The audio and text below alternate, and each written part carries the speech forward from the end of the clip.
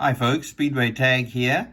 I'm doing a review on a cool little roll and write game published by Gamewright just a couple of years ago, so it's still fairly new, called Bloom. Once again, if you guys know me well enough, this is my favorite theme for games. Garden, flowers, nature, anything, growing things, walking through forests, that sort of theme, that nature theme is my favorite, and Bloom ticks that box for me. So the minute we saw this, the minute my wife saw this, I got it for Father's Day, and we haven't stopped playing it. It's a cute little roll and write game, and those are the pads that you get. Okay, the theme here is, I'll show you my pad here, which I'm about to start with. So the theme is you own a flower shop, and out the back is your little flower garden, divided into 6 different beds, and those are the flowers that are sitting in your beds. There's 4 different configurations of sheets, so it's good to randomize that and give each person a different sheet to start with. You can play 1 to 5 players here. Solo is really good too. We've been just playing 2 players and it's been fantastic. Okay, so yeah, so those are your garden beds where your flowers are currently growing. And then the idea is we get these magnificent dice, and the more we play, the more we keep talking about how good these dice are. I know they're just normal 1 to 6 D6s, but the quality of these dice and the colors that they've chosen for this game really hits the spot with us, and this lovely clear one as well. Fantastic, great color scheme for this game. And so the idea is, thematically, these dice on your turn, each you're going to roll the dice, and each dice represents a customer walking into your shop with an order. So this, if I roll the dice, okay, my yellow customers sort of walked out the door there, right? So that first roll is that's representative of your customers walking in the door, and each die represents a customer in this way. This lady in the yellow dress wants, her order is 6 yellow flowers, please. And this guy in the orange suit wants 2 orange flowers, please, and so on. Okay, the clear dice is wild. You can use that as any color you want. Okay, then the way the turn goes, let's say in a 2-player game, if it was more than 2 players, each person would take a turn taking 1 die, and that would be the end of the round. You'd mark off the way I'm going to show you, how you mark off what the die tells you on your sheet, and you move to the next round, and the next person rolls the dice, and so on. But in a 2-player game, each person takes 2 dice from the pool each round. So okay, so let's say on this turn, I'm going to take this 3, this purple 3. So I'm going to fulfill that order, okay? And so what I would do is I'd look on my sheet here, and okay, what am I trying to do? I'm trying to fill as many garden beds as I can, and each time I fill a garden bed, like in other words, fill in every flower in a bed, I'll tick off here a garden bed, and the first one I fill will be worth 3 points, the next one I fill will be worth 4, the next one I fill will be worth 5, and the next one I fill will be worth 6. It gets harder as it goes on. The game ends when anybody finishes 4 garden beds. Okay, that's one way the game will end. Okay, so I'm trying to fill the garden beds, but at the same time, I'm also trying to be the first to complete completely use all of one color. So I've just chosen a purple 3 here, and what you do is you circle a group of 3 purple flowers, which I'm going to do here. So I'm going to do it like that. Okay, and it's good to shade these in. Then it's a lot easier to see which ones you've done, you've shaded and marked off, and which ones are still available. So I've just marked off a group of 3 purple flowers with a 3, and I'm well on my way. So if I'm the first to fill in all the purple flowers, I'll go up here to this part of the sheet, okay, and I'll circle that 6 because I'm the first one to finish all the purples, and and therefore the next person who finishes the purples, they can only get 4 and 2 subsequently. Okay, and the same for all these colors. Okay, the first person to fill in all the pink flowers on the entire sheet will get the 6 points for filling in the pink. So that's your only scoring opportunities. I like the way they do that. They've kept it very simple. So first to finish all the flowers in one color, and first to finish 4 garden beds. Okay, that sounds pretty simple.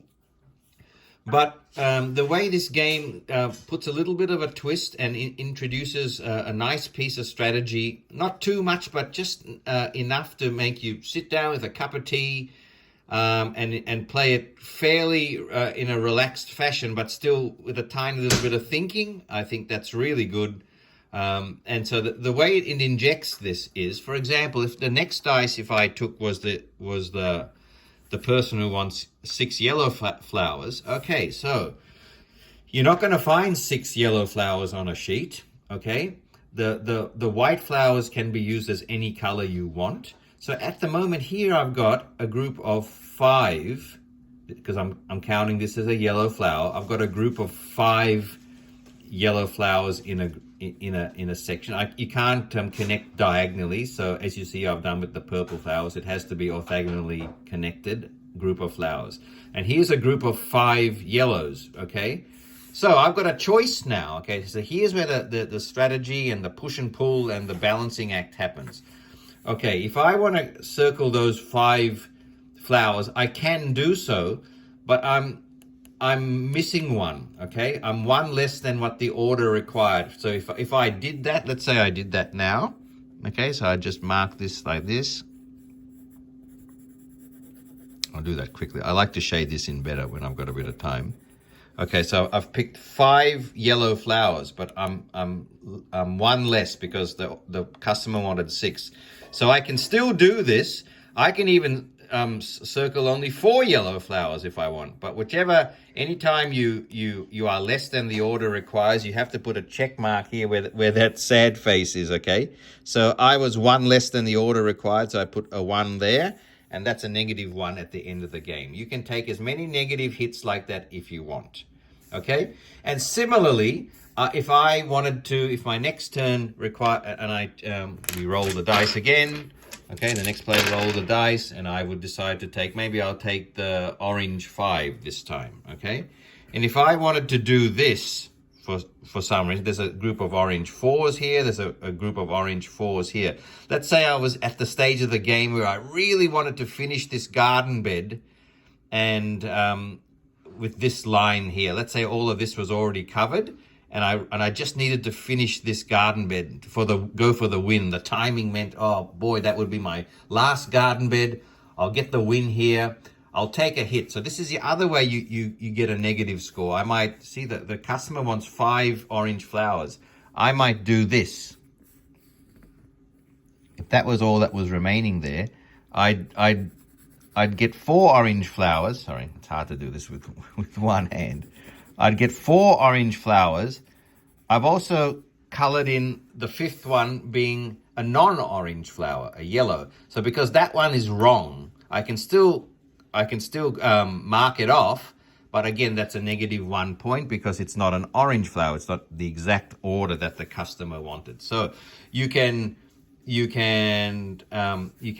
mark off less than the number on the dice and take a negative hit, or you can mark off wrong colors and take a negative hit. Okay, and so that's where the strategy comes in, because as this fills up, you'll look over at your opponent's sheet and see what she's going for. If they're about to get the majority in one color, you might want to pip them at the post there, and then you'd have to take a negative hit. Or maybe it's better to keep going for just filling in the garden beds. Here's a finished sheet here. Terrible score I got here, 19. But that's kind of like what the finished sheet might look like. So I'd finished 4 garden beds here, and so that's what ended the game. But look at this, I only got 4 for the orange and 4 for the yellow here. So that wasn't really good. You really want to get a couple of 6. You want to be first to the post with completing all the colors. Okay, and so This isn't as simple and as derivative or common as you might think, because the decisions when to take these negatives and to balance that with finishing colors or finishing garden beds is really fun. And it's a nice little sweet spot when you don't want to think too much, but you want to have some kind of strategy in your roll and write game.